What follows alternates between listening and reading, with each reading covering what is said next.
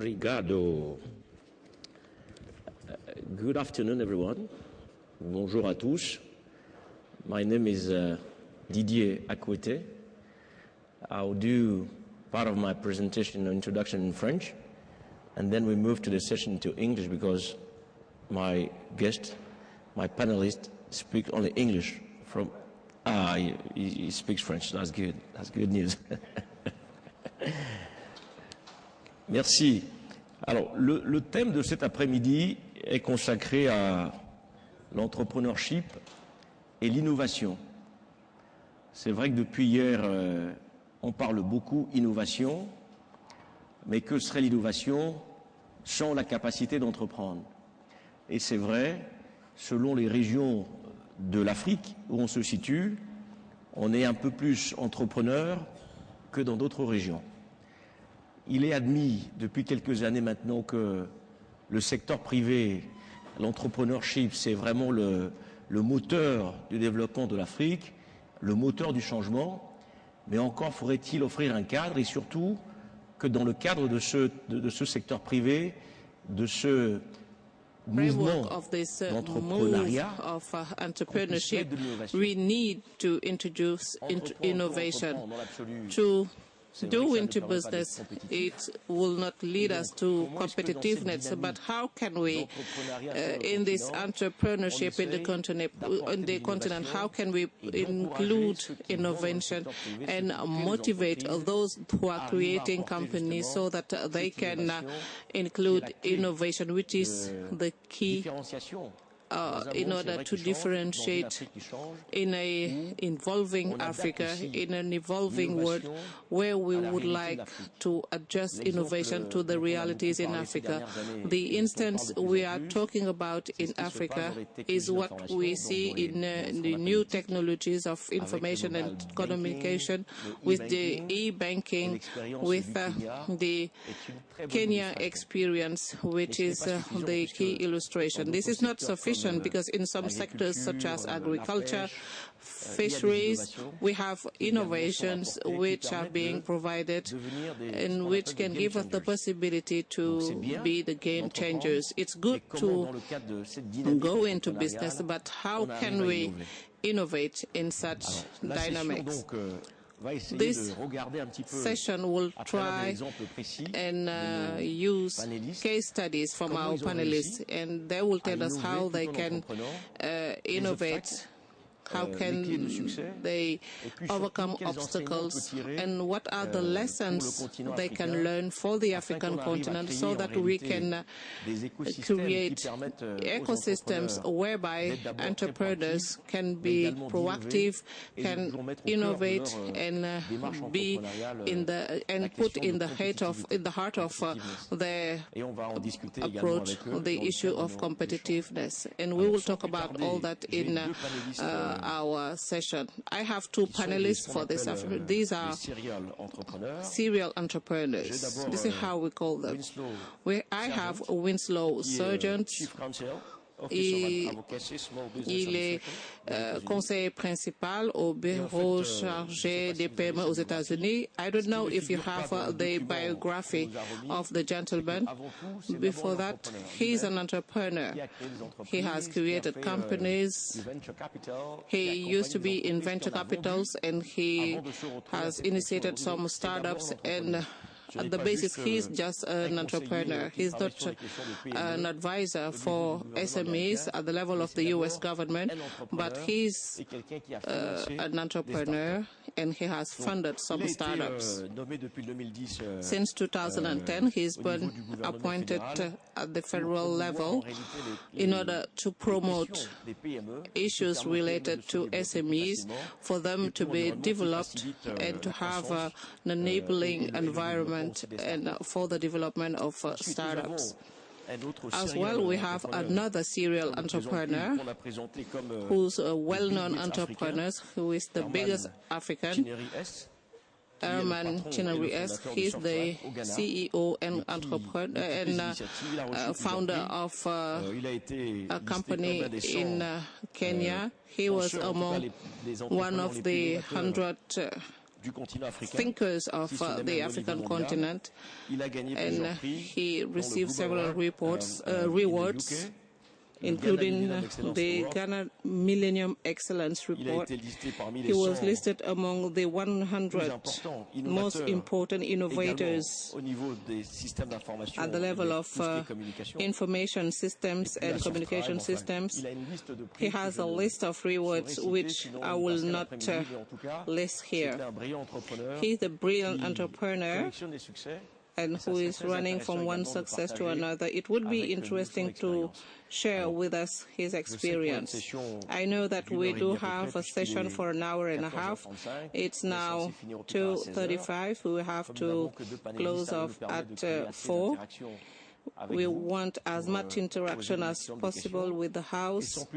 Without any further ado, let me give the floor to Winslow, who will give us a presentation with a PowerPoint presentation. Winslow, over to you.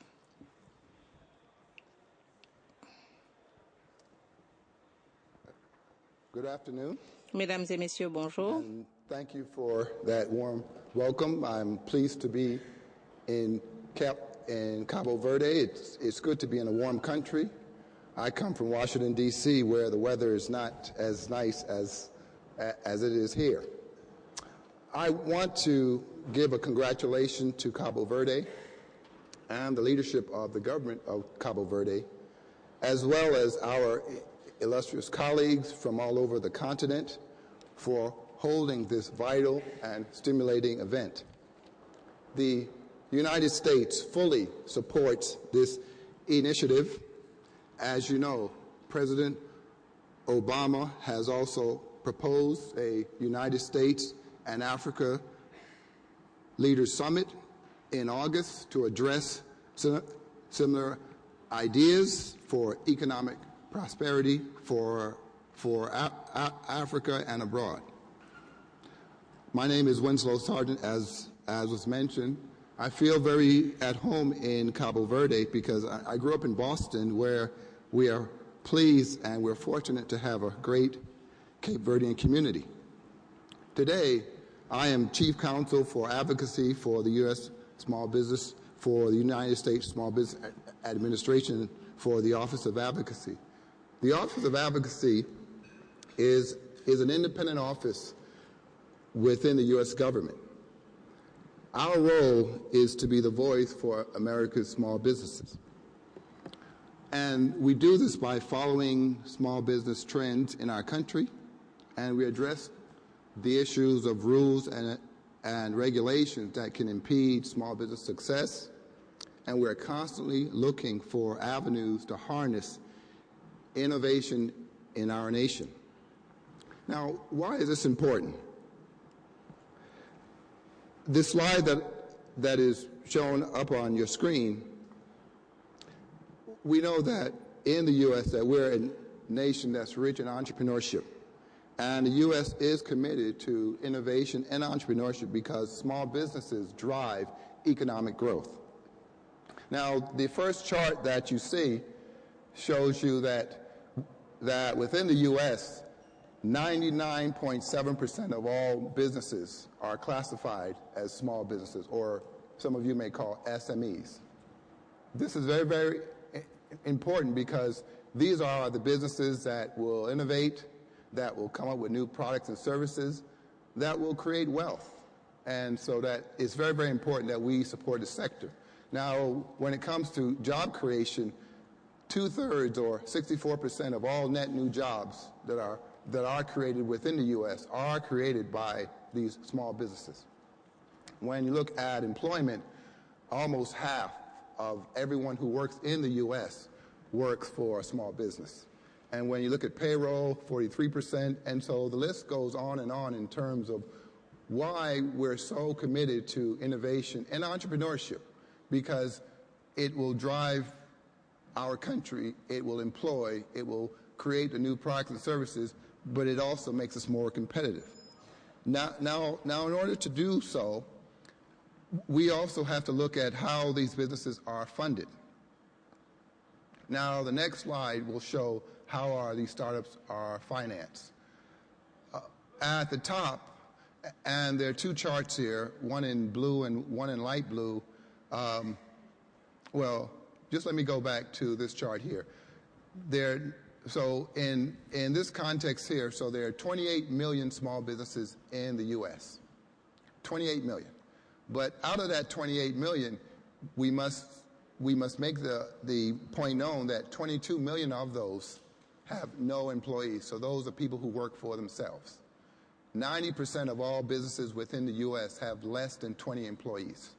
And so it's very important to know that, yes, we have 28 million small businesses, but 75% of those businesses are non-employers. Why is that important?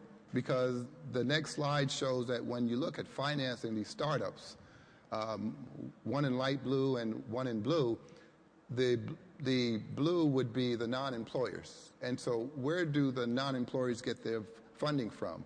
Some will get them from venture capital, from home equity loan where you can leverage the value that's in your home. Some will get money from the government, other from personal and family assets. Also, many use credit cards to finance their businesses. Some will get from loans from a bank. But the large pool of dollars that are used to finance these businesses come from personal and family savings. And then there are some that don't need as much money. These may be web-based businesses. And so there are 22 million non-employers. What we also seek is to find out how to move some of these non-employers into employers. Because if you have 22 million non-employers, that if each of those hired just one employee, then that adds to 22 million jobs. And so those are some of the issues that we're concerned with. Now, I wanted to just give you some of my background, that before I came into government and before I was appointed by the President and confirmed by the Senate, I spent most of my career out in the private sector, mostly as an engineer, but also in building companies. And so when you think of entrepreneurship, it's not just a theoretical concept, it is applied. As someone who's trained as an engineer, I've been trained that if you have about a block of time, maybe an hour, I would spend 10 minutes on the problem, but 50 minutes on the solution. So when we think of entrepreneurship, it has to be applied. It cannot just be, well, this is what we hope to do, can do, but also with entrepreneurship, what we've learned, there's an expression that I take to heart, that what's measured gets done.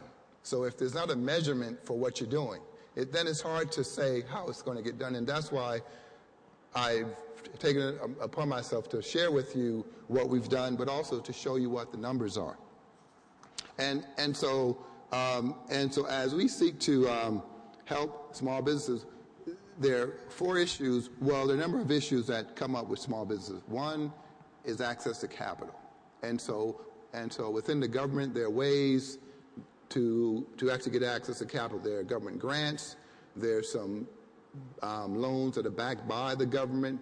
There are some programs that if you're very competitive in technology, that they're contracts.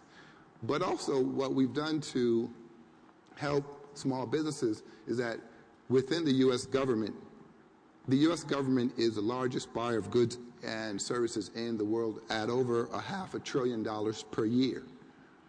$500 billion. And what the U.S. government has done is that it has mandated that 23% of buying goods must go to small businesses. So just think, more than $100 billion a year are targeted for small businesses. Now that's a goal, but it's not a finish line. There are some agencies that will go above that goal, some that are still struggling to meet that goal. But these are some of the ways that we work in partnership with small business, with innovation, because to start a business, you have to have a customer. And so the U.S. government is a customer, but also what we found too is that there are many that are within the private sector, non-governmental, these are private companies. They have also recognized that small businesses, that entrepreneurs can help with their supply chain. And so it's not a grant, they're becoming a critical part of that supply chain. And so these are some of the ways that we advocate on behalf of small business. We also look at the rules. There are rules, sometimes the rules are burdensome to small business. Small businesses aren't able to comply. I like to say that very few small businesses I know, when they wake up in the morning, they turn to what rules were passed last night. Many times small businesses are unaware, but large businesses are aware. And so what my role within the government is to voice those concerns. Now, just to bring it closer to home, as an example, we know that Cabo Verde has more than 500,000 people. And so if you look at an example within the U.S. context, that means that you could potentially have 245,000 people working for small businesses if you compare it to the U.S. standard, if you held it to that standard.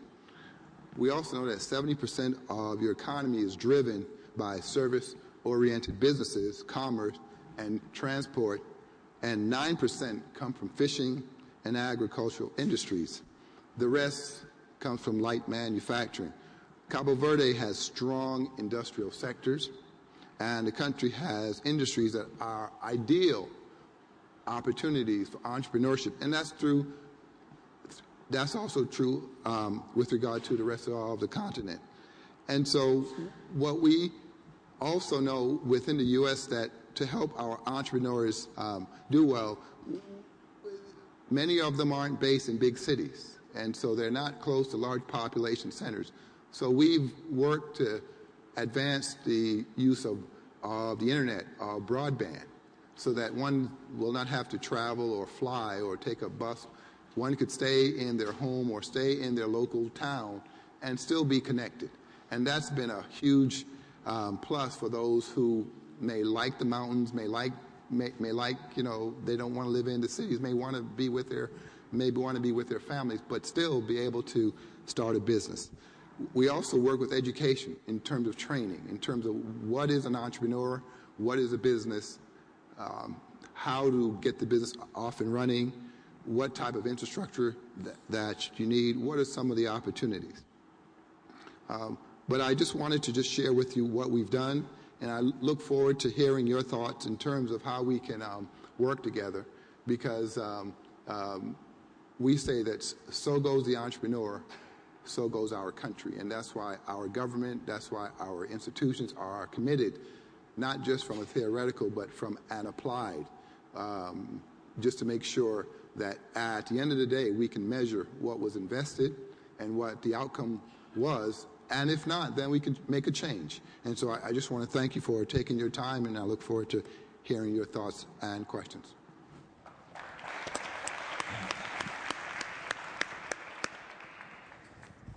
Thank you. Thank you, Winslow, for sharing your story. I heard that less than 1% of the SMEs are funded by venture capital, and 60% from personal savings and family. And that, I think, it's a very important issue, because what people say most of the time is that in Africa, it's so difficult to have access to finance. When you go to a bank, you don't even have so many venture capital companies or private equity funds that can put money in your business. So it's make it very difficult. And this is something we probably discuss after Herman's intervention. So let me call Herman. This guy is a serial entrepreneur. They call him the Bill Gates, the African Bill Gates. So if you can share your story with us, and then we move to the Q&A sessions. Thank you. Hello, everybody. I hope my mic is working. Excellent. Hello, everybody.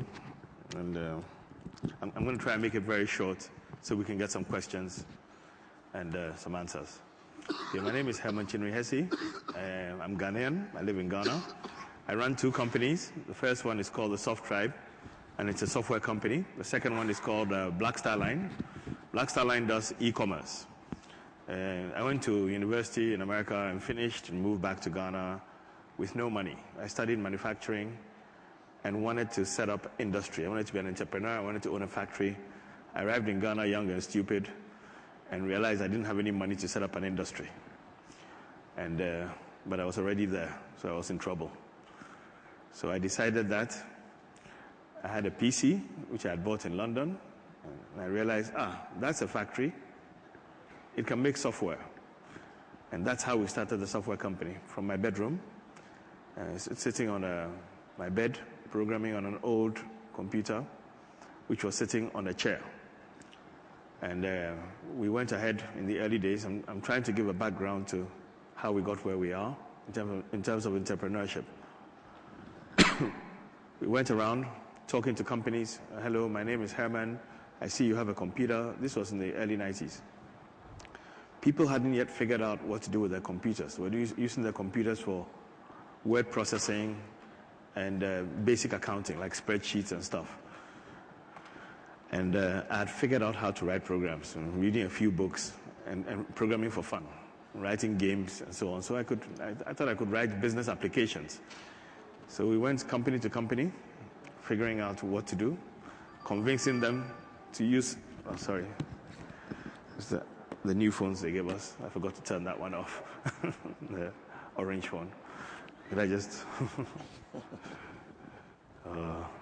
Okay, so every now and then somebody would say yes and allow us to touch their computer. I remember one of my first contracts, the gentleman said, okay, you can touch my computer and you can show me what you can do, but I want you to promise me one thing.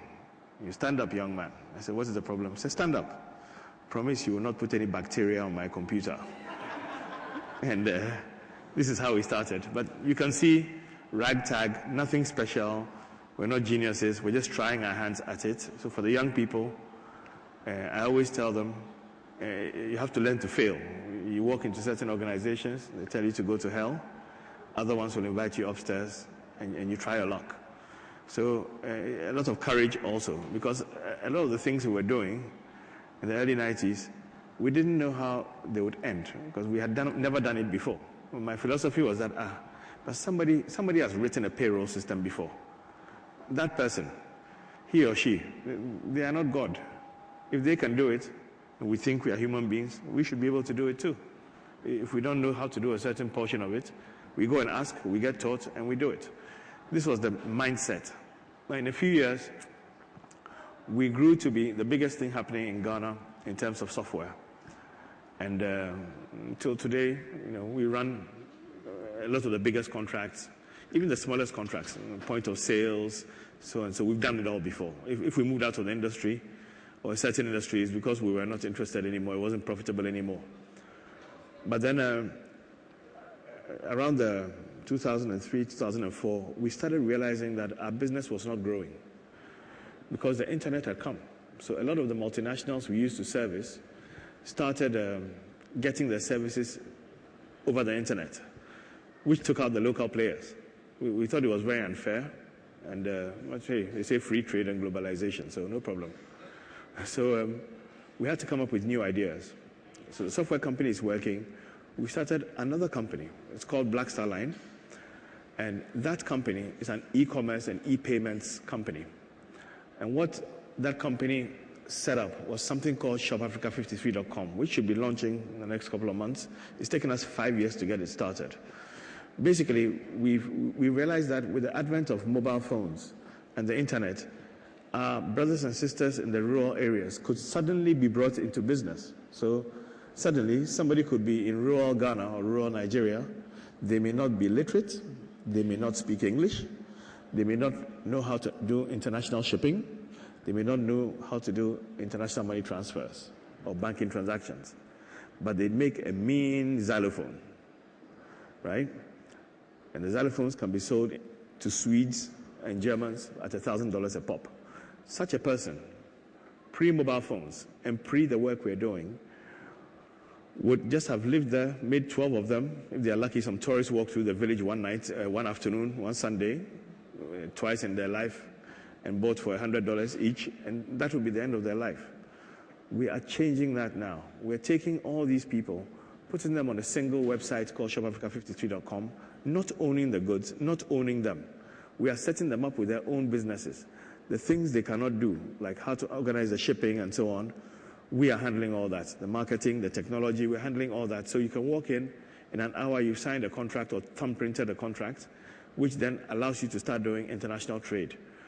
We think that, we did some numbers. We think that if we can halfway succeed in doing what we're doing, we will change Africa. We think it will work better than, this trade will work better than aid could ever work. And we think that in 5 years, the results should be very, very clear. But in doing this operation and designing these systems, we had to really get grassroots, because half of it is an NGO operation, half of it is technology, the other half is logistics, the other half is banking, money transfers, payments, scratch cards. We've had to learn about all these things. While doing it, we got problems with the regulator, which caused a delay. And the delay caused us to run out of money. I'm just letting you know that it's not like we have some magic that the average person doesn't have. So we ran out of money to run this project. And we had two options. We go and raise more money. I was opposed to that. Some of my partners said we should raise more money. I didn't want a company, and it happens to a lot of African companies, where you become very good at raising money, so you do little else. So you'll be like, you raise the first round, second round, third round, now 8 years, 9 years, and it doesn't work. I wanted a real company. So I was opposed, and I was chairman, so I vetoed it. I said, we won't raise money. If we think we're that bright, we're that smart, let us innovate. We've done a lot of research to get this thing where it is. Let's innovate and use the innovations to